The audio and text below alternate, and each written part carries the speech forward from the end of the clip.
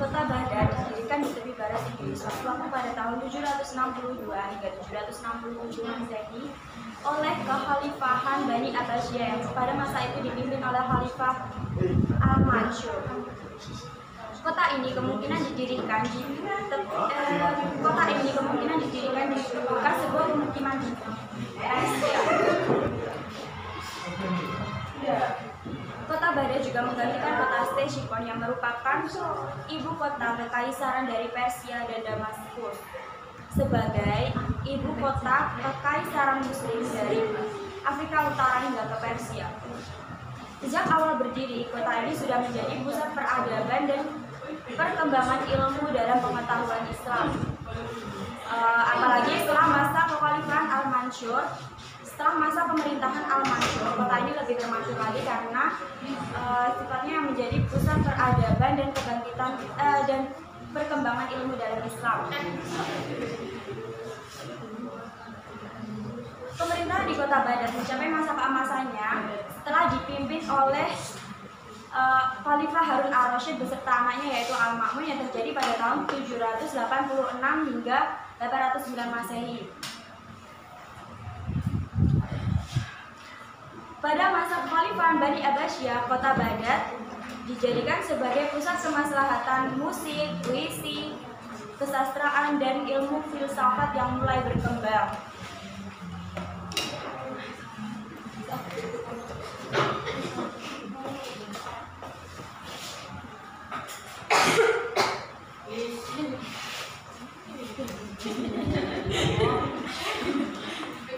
Dinasti Abbasiyah mencapai masa keemasannya segera setelah didirikan, dan pemerintahannya di Baghdad mencapai masa keemasannya di antara kekhalifahan ketiga yaitu Al-Mahdi, kekhalifahan ke-9 yaitu Al-Watsi, dan yang telah kita sebutkan tadi yaitu pada masa pemerintahan Khalifah Harun al-Rasyid beserta anaknya yaitu Al-Ma'mun yang terjadi pada tahun 786 hingga 809 Masehi.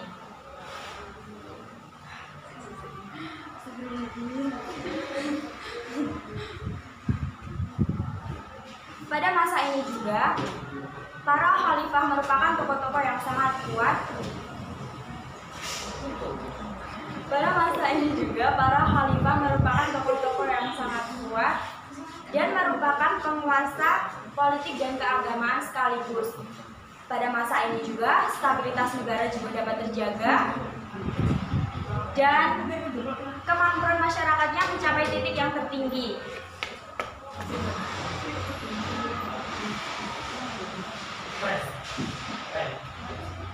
Kesimpulannya, pada masa ini banyak aspek-aspek yang mengalami kemajuan. Kemajuan ini juga didasari oleh beberapa faktor. Faktor berdirinya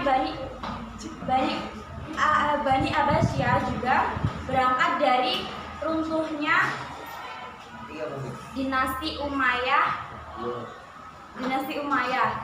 dan peristiwa tersebut menjadi pelajaran bagi dinasti Abbasiyah dan menginspirasinya untuk menciptakan kebijakan-kebijakan yang baru.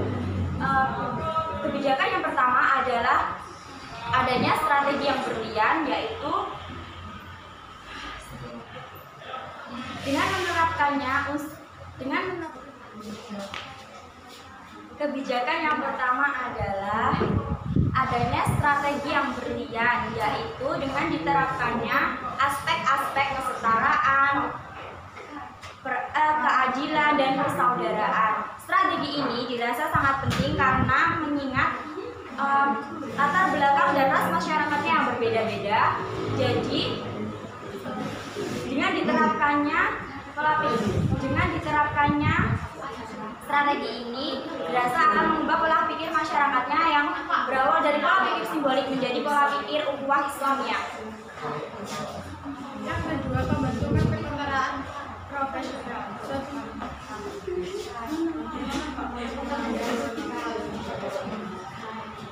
Sebelum ada tentara khusus dan terpenuh seperti ini, Abbasiyah melepaskan privilege kemiliteran bangsa Arab dan menumbuhkan kemiliteran bangsa baru yang direkrut dan diorganisasikan sedemikian rupa sehingga mereka harus loyal kepada dinasti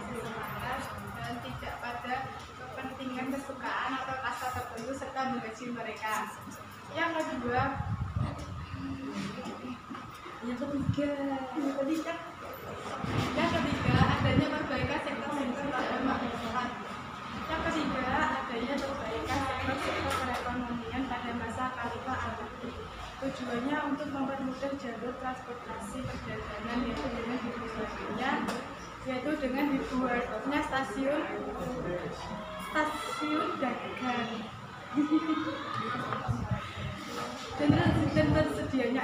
dan tersedianya air yang cukup pada tempat tersebut.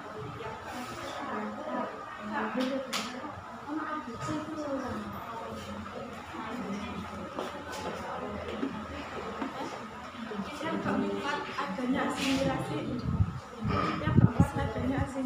Pada masa dinasti Abbasiyah.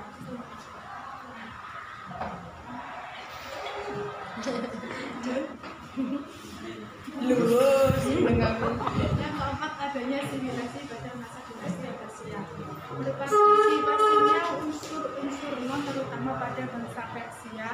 Pada masa dinasti Abbasiyah ini banyak bangsa non Arab yang masuk Islam.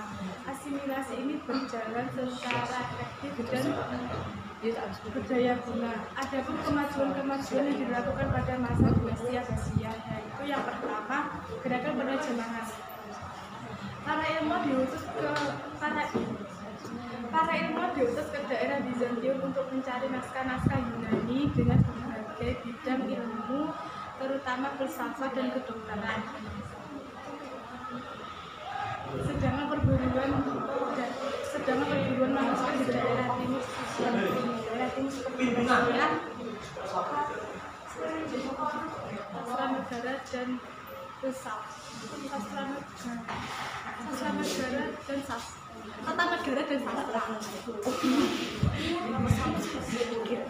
Yang kedua ilmu agama.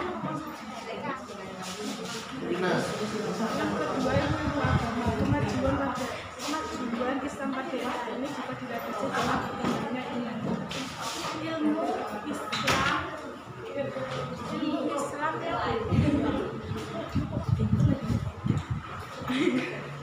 Kemajuan peradaban Islam di era ini juga dilandasi dengan berkembangnya ilmu keislaman.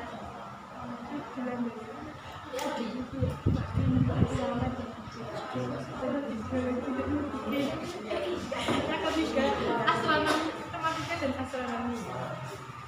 Pada masa matematika dan astronomi juga berkembang karya Claudius Ptolemaeus. Nikosintes diterjemahkan atas perintah Khalifah Al-Ma'mun oleh Hajjaj bin Yusuf. Yang keempat, Baitul Hikmah. Baitul Hikmah merupakan perpustakaan yang berfungsi sebagai pusat perkembangan ilmu pengetahuan. Institusi ini merupakan kelanjutan dari institusi serupa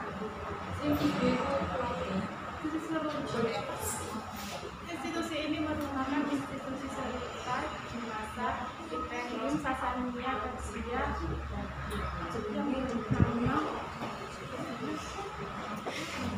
yang bernama Justika Academy. Yang kelima, perkembangan ekonomi. Ekonomi dewasa. Ekonomi Imperium Abbasiyah digerakkan oleh perdagangan barang-barang pokok dan mewah, sebab barang pokok dan mewah dari wilayah timur diperdagangkan dari barang-barang wilayah barat. Sekian dari kami. Bila ada kurang lebihnya kami mohon maaf, dan atas perhatiannya kami ucapkan terima kasih. Wassalamualaikum warahmatullahi wabarakatuh.